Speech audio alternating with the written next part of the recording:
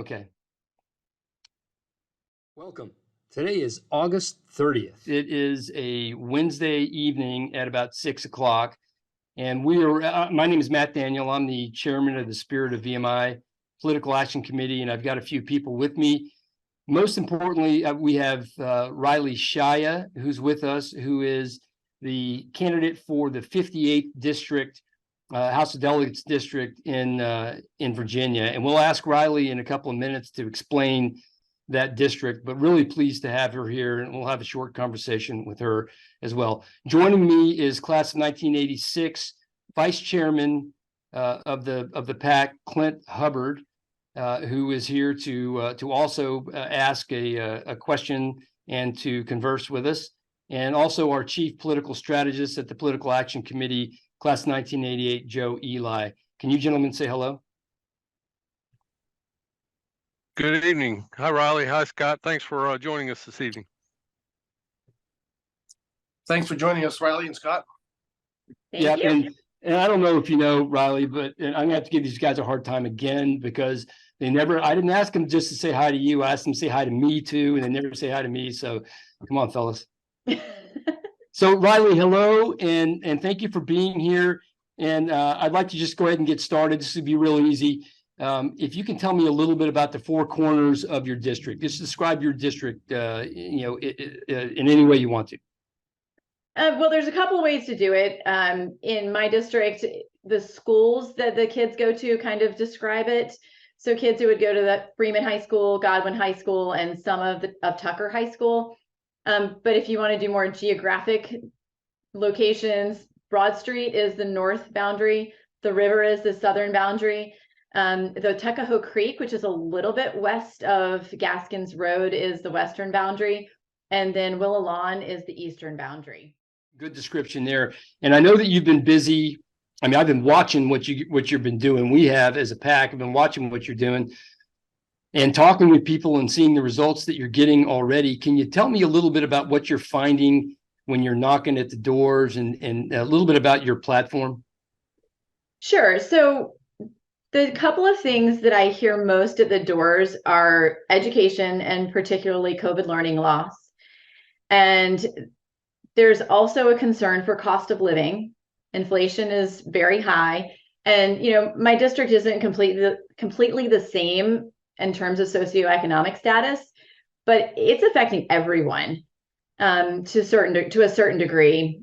And then I'm starting to hear more and more, not necessarily huge crime, but people are really concerned about public safety, about speeding that's happening and red lights that are being run. And I think that speaks to law enforcement that is very much, there's not enough of them. And so they're kind of spread thin. And it matches up perfectly with why I thought I needed to run and the platform that I'm running on. All of those things are concerns of mine. And so it's great that my concerns are also being echoed by the people that I talk to at the doors. Are you finding that you're that they're receptive at the doors for you? Yes. For the most part, I have very good reception at the doors. Even people who aren't terribly engaged are very impressed typically that the candidate has come to their door, even just to say hello. And I think that goes a long way. I mean, obviously that's not going to necessarily get me a vote, but I think it gets them to take a look at me. A lot of times I get them to say, they're so happy that I'm running and they're for me. Some people are a little harder to convince, but I really think the more I can get in front of them, the easier it'll be for me to hopefully get them out and vote for me. And it seems like you guys have a pretty assertive campaign strategy, and your team is doing really well. You're popping up everywhere, and I think that you even have some future initiatives that are coming to help you get out there more in the public eye, and it's good to see. Clint Hubbard is our class of 1986. He's our vice chairman, and he always does this for us. He tees up a VMI question because we are the Spirit of VMI PAC, and I don't know if you know about us and why we were developed in the first place, but it's basically to push back on the assault that we got from the Northam administration, the media, and the caucus that followed Northam in the accusations. And we've been pushing back ever since. We figured that the center of gravity that would help us the most would be the political center of gravity, that we could, if we can have an effect on that and have effect on who's sitting in office and who are friends of us and friends of VMI, then that would help us in any future issue like that. So that's what we're here to do, and we appreciate any alliance that we might have with you. Clint, up to you. Well, thanks again, Riley, for being here. I will tell you that too, that you will be my delegate upon election. I live in your district, so hey. yeah, we're pulling for you. I know you're a competitor, and but we have a cordial relationship. But my household will be supporting you. So, at any rate, but as Matt's, yeah, sure. As Matt said, the PAC exists and was founded really to help kind of defend and protect VMI and our reputation as alumni, as cadets, as parents who send their children there, and so forth. So this is a pretty simple question, but it's very direct for us. I've got VMI in the background there. The spirit of VMI PAC supports the time-honored values of integrity, leadership, patriotism, and the citizen soldier ethos that is really the center of gravity, to use Matt's term, of VMI. Can we count on your supporting the spirit of VMI and our quest to keep those values alive and well at VMI? Absolutely. I mean, I know people who have graduated from VMI.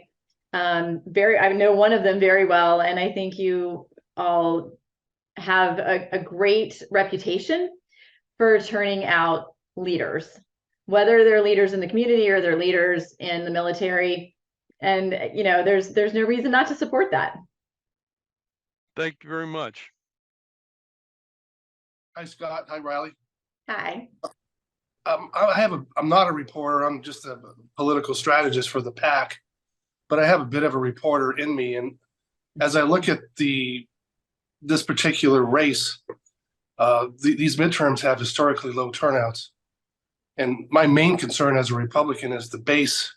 The Republican base is not really going to turn out sufficiently.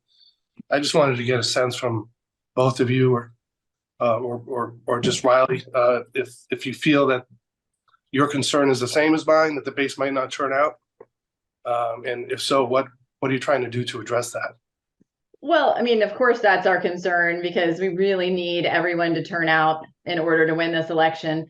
One of the thing that I'm doing most is knocking on those doors and making those personal connections with people.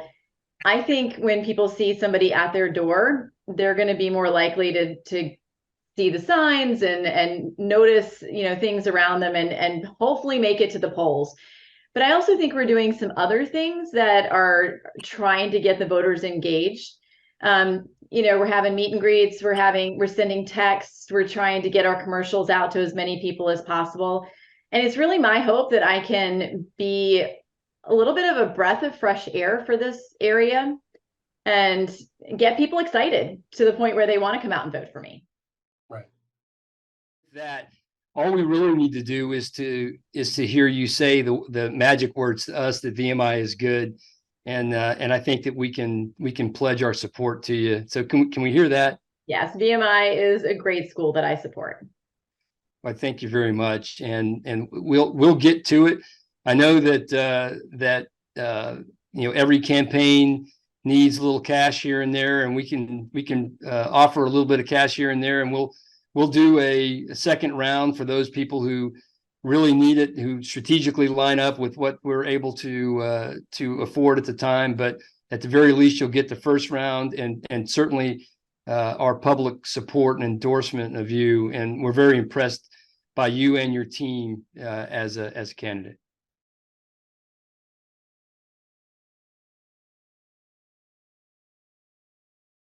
Well, she's impressive. Yeah, I think it's going to be interesting. I never have understood how this district swung to, John O'Bannon was a Republican, represented this district in essence for, I don't know, 12 or 15 years. And then I can't remember the lady that beat him in that sort of blue wave back in 2018, I think it was. And then Then she ran for Senate, I believe, against Siobhan Donovan and lost. And then, any rate, or maybe she may have run against somebody else. Might not have been Siobhan, but any rate, and then Rodney Willett snuck in there. But yeah, it'd be a breath of fresh air to have Riley Shaia. I mean, she's motivated. I've watched her in some of her internet commercials and stuff. She's, very energetic, and any of those voters, I think it'd be hard as a voter who's sort of on the fence not to be impressed by her. And even ones who are bought and sold for the Democrats, you can't argue with what she stands for, and you can't argue with her way of presenting herself. So, I agree, Matt. I think she could have some crossover appeal and pull some independents and possibly some conservative Democrats over. Yeah, I think so too. So, well, that's good, fellas. That's probably all we need to do for this one.